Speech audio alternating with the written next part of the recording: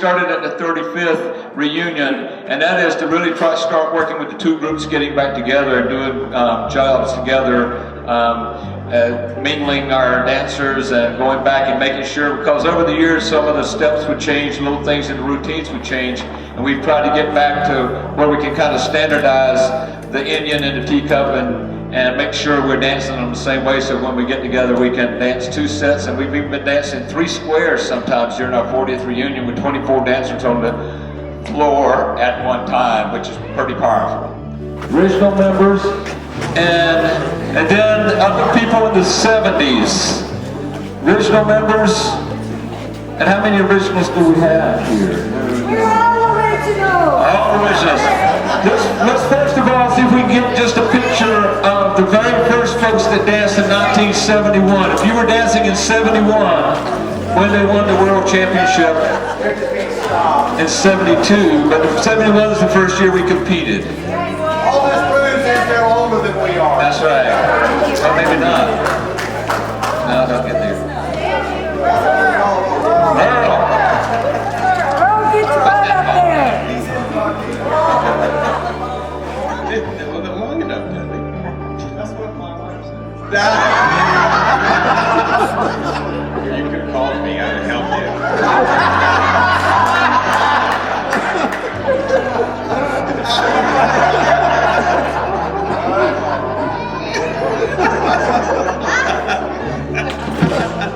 Oh my God. Anyway, 831.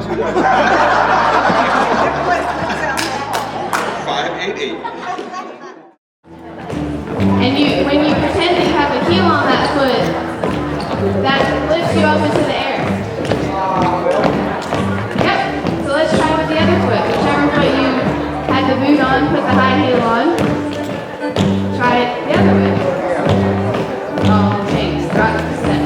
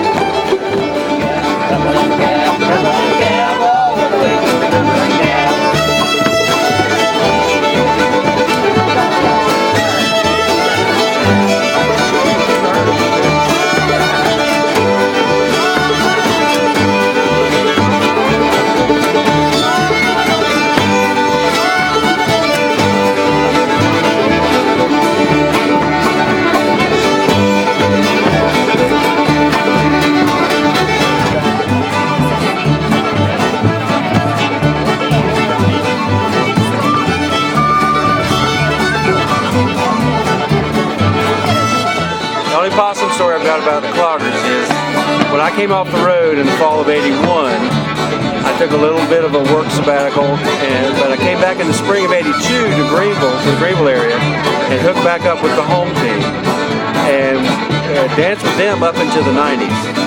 And Wanda Lee, who was dancing then, I made up a step that we put into the routine there that the home team still does. It's called the Possum Hop. That's my only claim to a step, but the road team doesn't do that step. The reason she called it the Possum Hop is because she said that whenever she would see me, I was always grinning like a possum. So the step got its name from me grinning like a possum. That's it. But I'm here. Ashamed of us.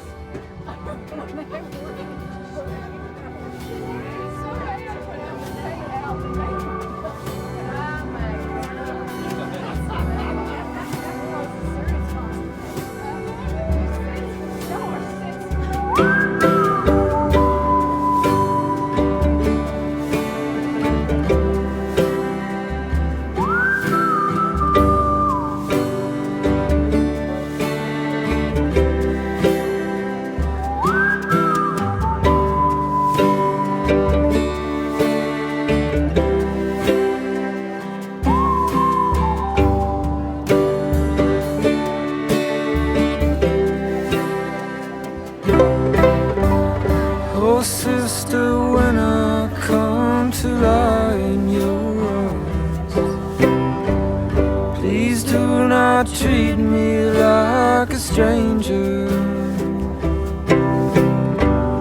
Our Father would not like the way that you act, and you must realize the danger.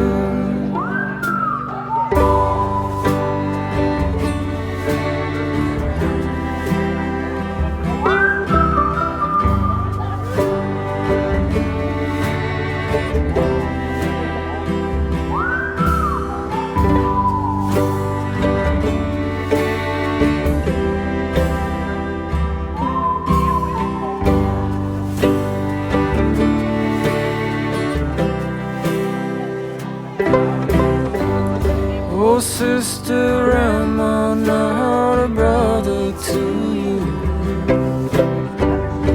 and one deserving of affection? And is our purpose not the same on this earth, to love and follow His direction?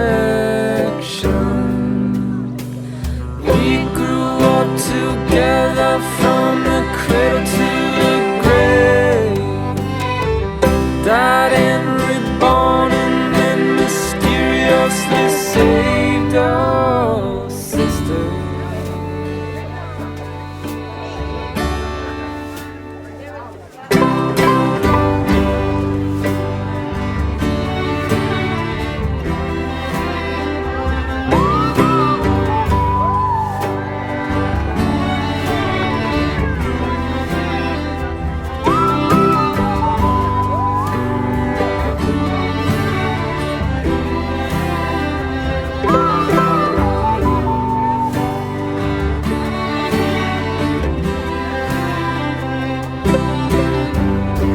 sister, when I'll come to knock on your door, don't turn away, you'll create sorrow. Time is an ocean and it ends at the shore.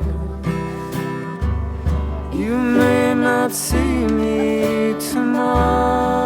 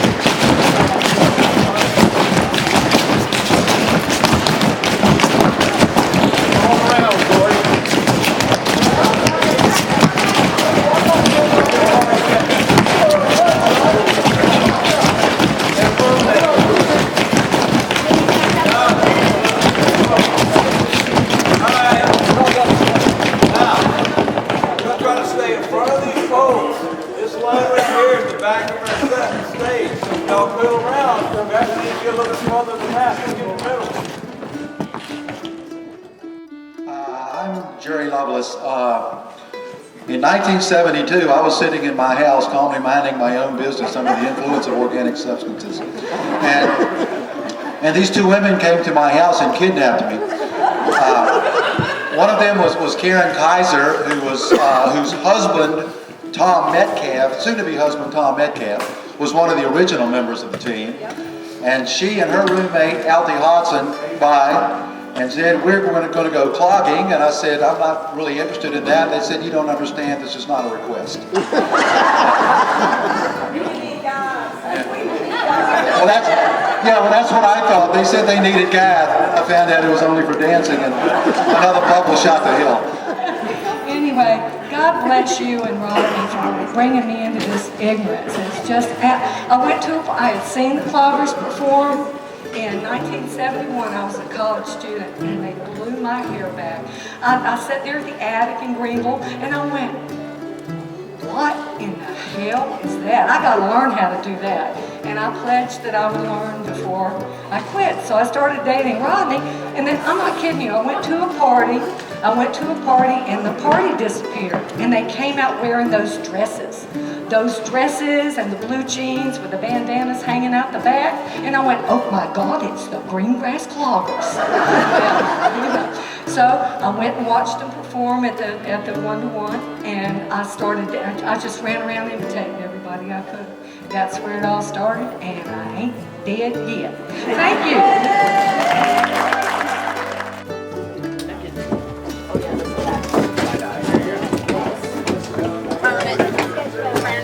I got it. Hey y'all, come on, let's go get the audience over here. What the hell's going on?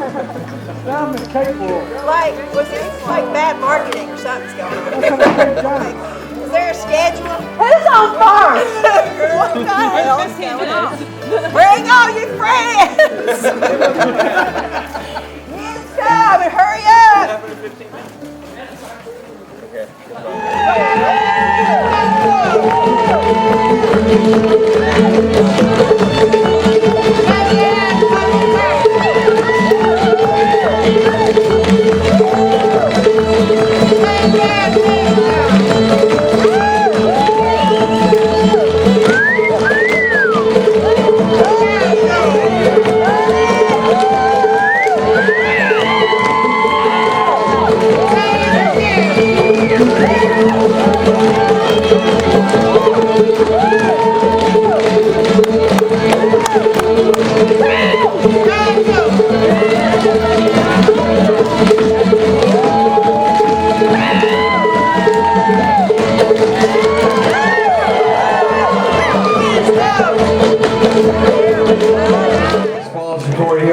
When we were celebrating Eddie Carson's 60th birthday without him, Jeff and Tara and Jordan came over and played for the Green Grass Cloggers to dance during a part of that celebration.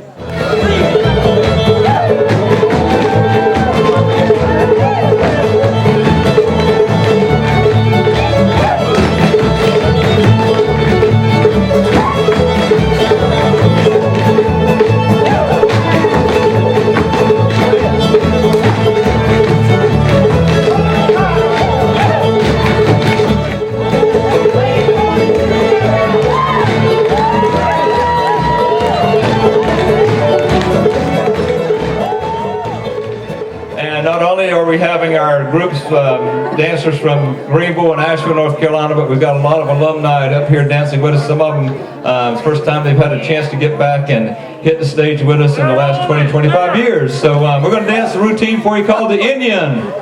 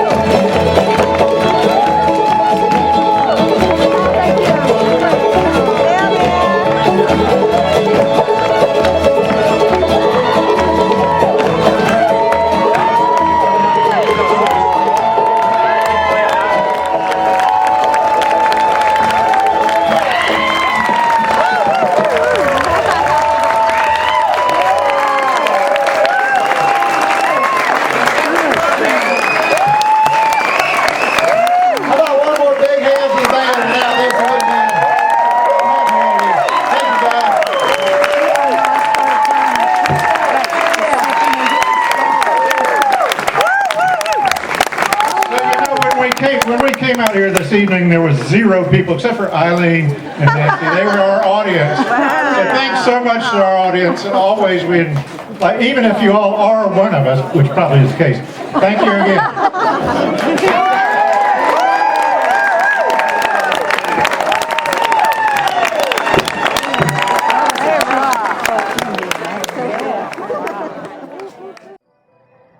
I danced with Green Grass.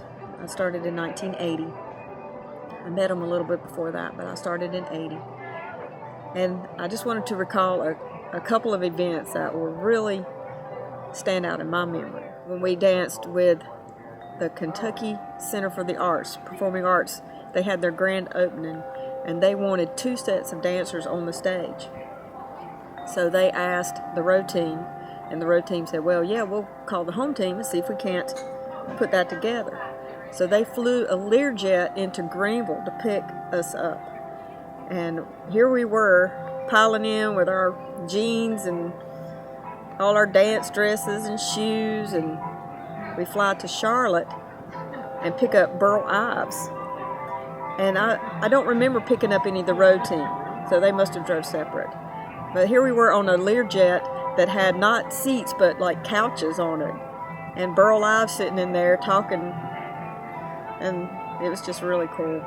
And we went to this show, and it was awesome. That was the most swanky deal we had ever gone to. They served caviar, and Florence Henderson was there, and Lily Tomlin, and Charlton Heston, and Greg Robertson, my first husband, ended up getting in an elevator twice with Charlton Heston. And I hear he told him, Chuck, we have to stop meeting like this. Greg was a hoot. That's a good memory. We had a great time.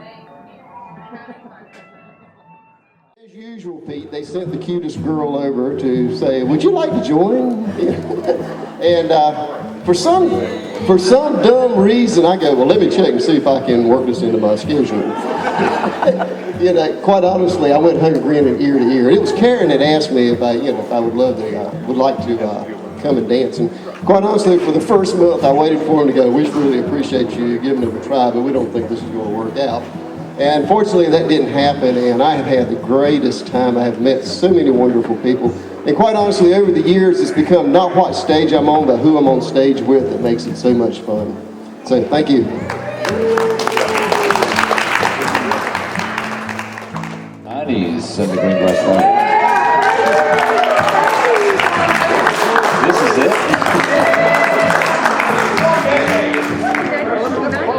I'm Roger Rulifson. Yeah, it was a short decade.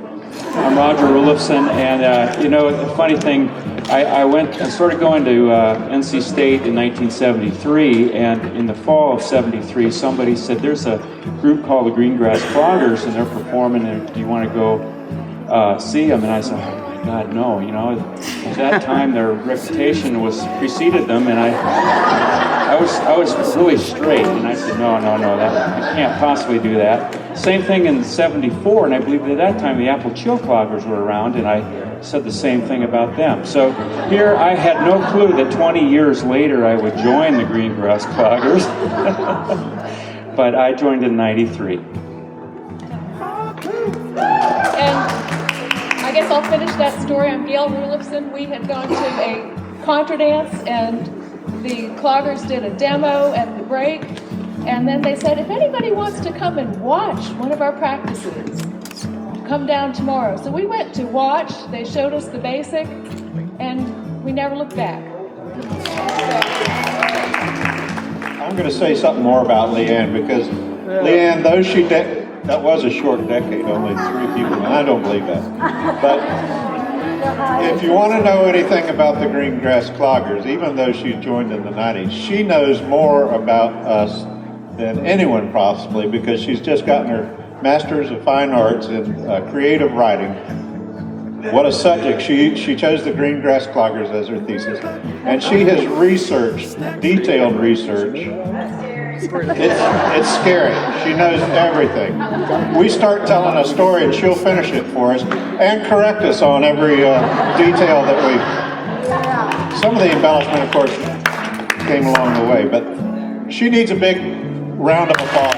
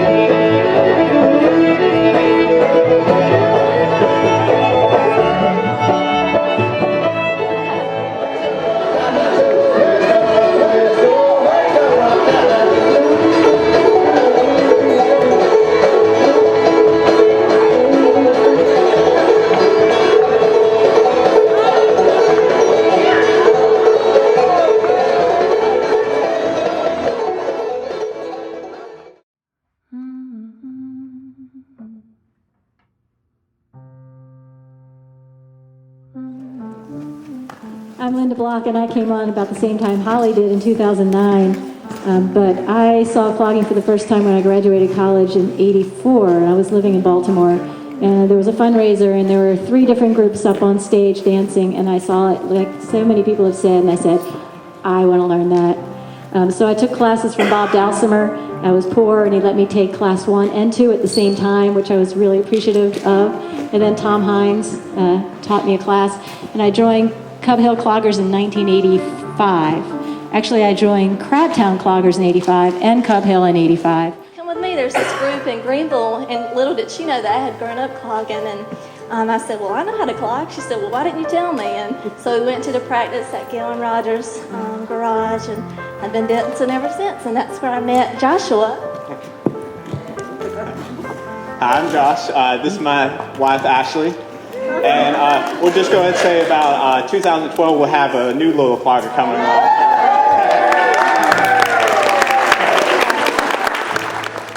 I saw the Green Grass Cloggers performing at Sunday in the Park. And I said, I want to join them. What do I have to do? And I went up to Art Languish, and he says, just come to the practice. And I've been with them ever since.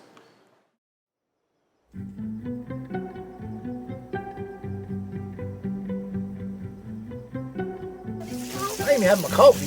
You took one swig. Getting sleepy, woke up.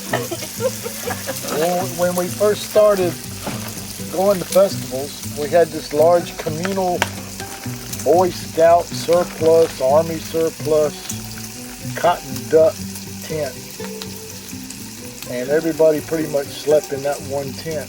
However, because I had asthma, that particular kind of fabric with dampness would always cause me to get an asthma attack. And up in Eden, North Carolina, I almost died because I couldn't find any. I didn't bring any medicine that weekend. And fortunately, somebody had some Primatine Mist tablets, and they were able to give me enough of those to keep me from leaving this earth. So after that, I said, to hell with this. I'm going to get me something that I can camp out in that I know I'll be safe. So I got me a van, traded in my pickup truck, got me a van, fixed it up, shag wagon, stopped. And I was able to sleep in it, cook in it, everything in it. And that's this beauty here? No, this is the 20th century version of it. But it was pretty much the same thing. It was a cargo van that I put a bed in the bottom and had it set up where I had my own bathroom, bed. And it's got a beer opener right here. Don't miss that. Got my beer open. But back in those days, the boys in the team were notorious for jumping off the bus, disappearing, and nobody finding them until it was performance time.